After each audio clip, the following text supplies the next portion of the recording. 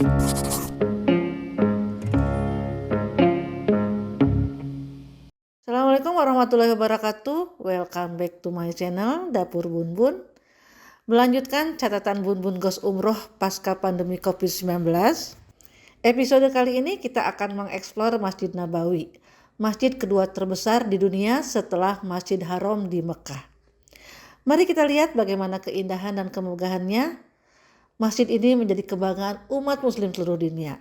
Dan masjid ini menjadi masjid yang senantiasa dirindukan untuk muslim dapat beribadah di dalamnya. Jangan di skip ya, jangan lupa ikut program donasi Dapur Bun Bun dengan like, subscribe, dan komen. Karena rupiah yang dihasilkan akan diserahkan kepada mereka yang membutuhkan. Insya Allah partisipasi teman-teman akan menjadi amal jariah. Amin, amin ya robbal alamin.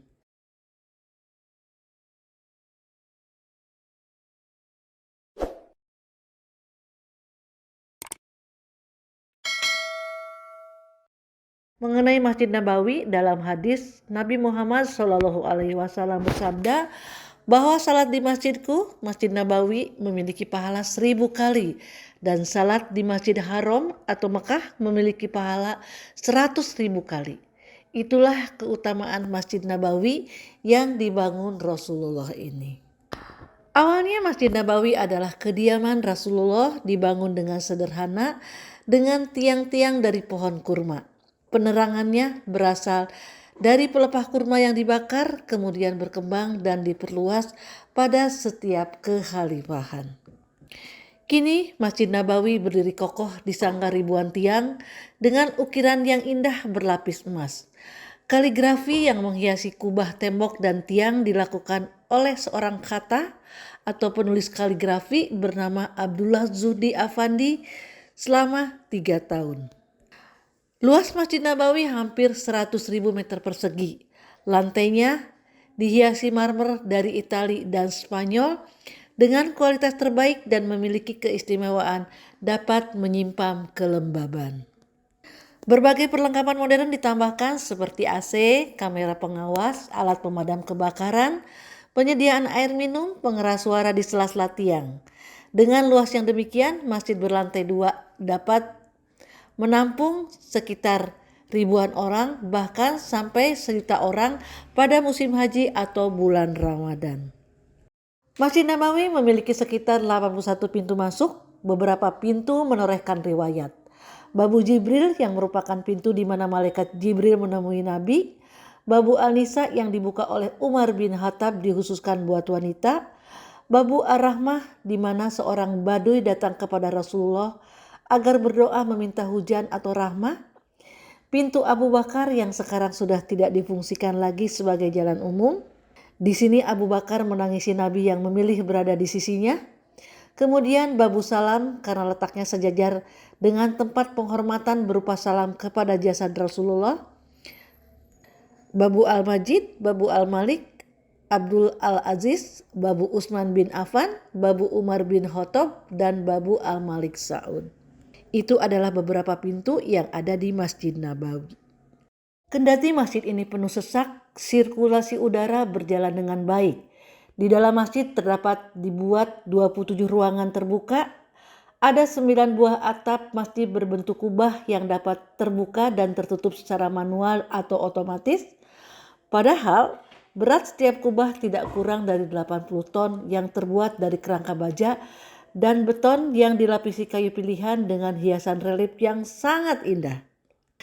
Pemandangan menarik terjadi ketika kita berkesempatan melihat kubah perlahan bergeser. Kubah dibuka pada saat sembahyang zuhur, udara segar akan mengalir memenuhi seantero masjid. Belum lagi tersedia AC sentral raksasa di atas tanah seluas 70.000 meter persegi yang letaknya 7 km sebelah barat masjid.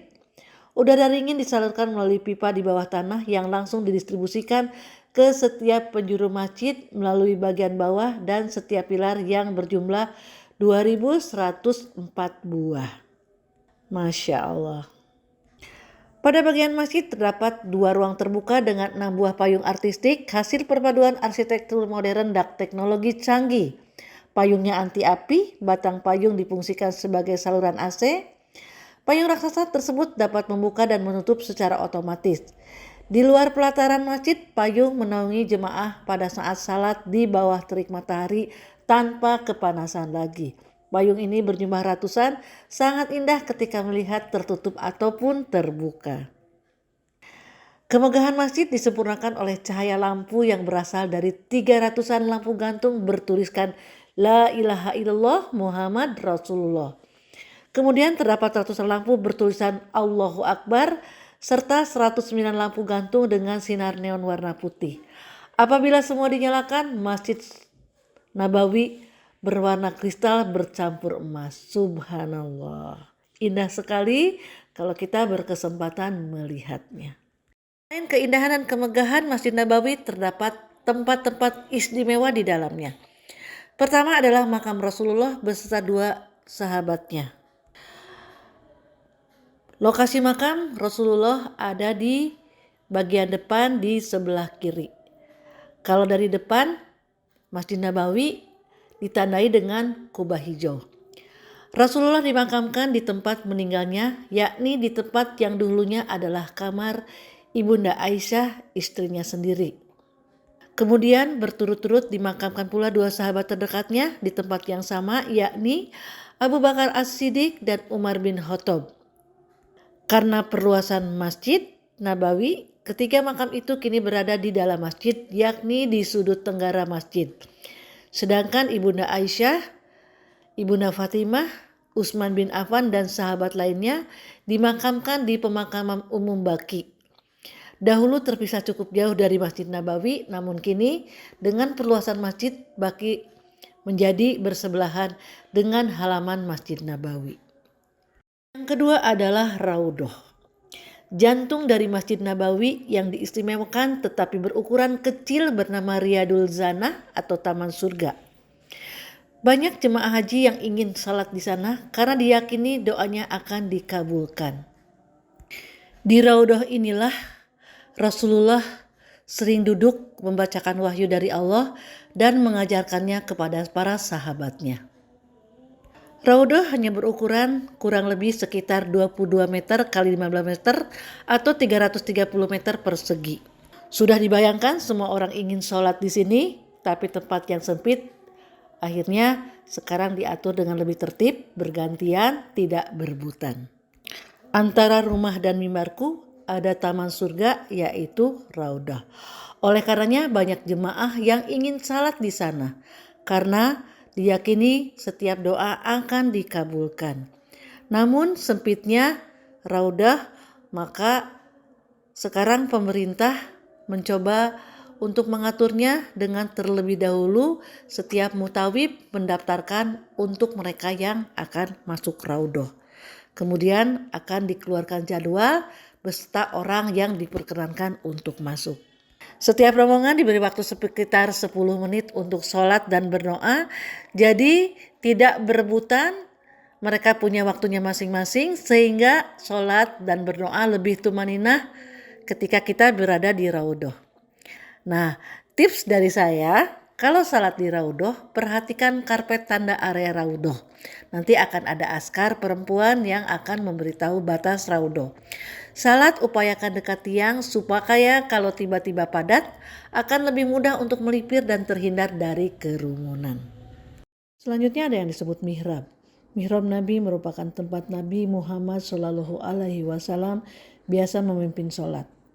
Terdapat beberapa mihrab di Nabawi. Mihrab Utsmani merupakan tempat Utsman mengimani sholat. Mihrab tahajud yang terletak di sebelah utara makam Rasulullah adalah tempat Nabi melakukan salat tahajud. Mihrab Fatimah merupakan rumah putri kesayangan Nabi, sedangkan mihrab Hanafi merupakan tempat Imam Mazhab Hanafi. Selanjutnya ada yang disebut mimbar Nabi. Mimbar Nabi dibuatkan untuk Rasulullah berdakwah. Tempatnya berada di sebelah kanan tempat sholat. Mimbar ini sangat berguna tak kala beliau sudah merasa berat berdiri. Mimbar Rasulullah yang asli bertingkat 3 yang dibuat dari kayu yang diambil dari hutan di bagian utara Madinah. Rasulullah memakai mimbar ini dengan cara duduk di bagian paling atas. Mimbar asli yang digunakan Nabi Muhammad hanya berupa sebuah balok kayu kurma. Itu adalah beberapa tempat istimewa di Masjid Nabawi yang menjadi idaman setiap muslim untuk mendatanginya. Dengan segala keberkahan beribadah di Masjid Nabawi, dengan kekaguman melihat kemegahan dan kebesaran Masjid Nabawi, selama kurang lebih 4 hari kami memanfaatkan waktu untuk beribadah di dalamnya. Berusaha untuk tidak ketinggalan salat berjamaah yang sangat nikmat, berziarah ke makam Rasul di depan Kubah Hijau, menziarahi para sahabat di Baqi, itu terus dilakukan berulang kali. Sayangnya daya jelajah perempuan di Masjid Nabawi sangat terbatas, jadi saya hanya mendengarnya dari cerita suami saya yang menyebutkan di situ ada berbagai tiang dengan namanya masing-masing, ada juga berbagai tempat yang sangat istimewa tadi, dan selebihnya saya membaca literatur Masjid Nabawi ya, dari buku-buku yang dijual seharga 20 riyal yang dibeli di kedai kaki lima di depan Masjid Al-Izabah. Hari terakhir di Madinah sudah ada pengumuman bahwa pada zuhur akan berangkat menuju Mekah. Seperti biasanya, saya selalu meminta izin sama suami saya untuk pergi ke masjid jam 9 atau jam 10 pagi, di mana masjid lebih banyak diisi kegiatan para cleaning service membersihkan area masjid. Mengambil tempat di suatu sudut, saya biasanya salat sunnah, pamitan dan berdoa agar bisa kembali beribadah di Nabawi dan menziarahi junjungan kami. Saya puas-puaskan untuk memohon ampunan, meminta doa, segala kebaikan, meminta dimasukkan ke dalam golongan orang-orang yang diberkahi dan dirahmati. Biasanya air mata tumpah oleh keharuan dan rasanya berat meninggalkan Madinah. Namun bagaimana lagi, ada keluarga yang menanti di tanah air sehingga ada permintaan suatu saat kembali dan kembali membawa keluarga. Amin, Allahumma amin. Nah, itulah yang bisa saya sampaikan mengenai Masjid Nabawi. Ini belum selesai dan tentu masih banyak hal lagi yang istimewa di dalamnya. Seberapa banyak kita mengenalnya, maka sebesar itu pula kita merindukannya dan ingin mengetahuinya lebih lanjut lagi. Terima kasih yang sudah menonton, semoga bermanfaat. Billahi taufiq wal hidayah. Wassalamualaikum warahmatullahi wabarakatuh.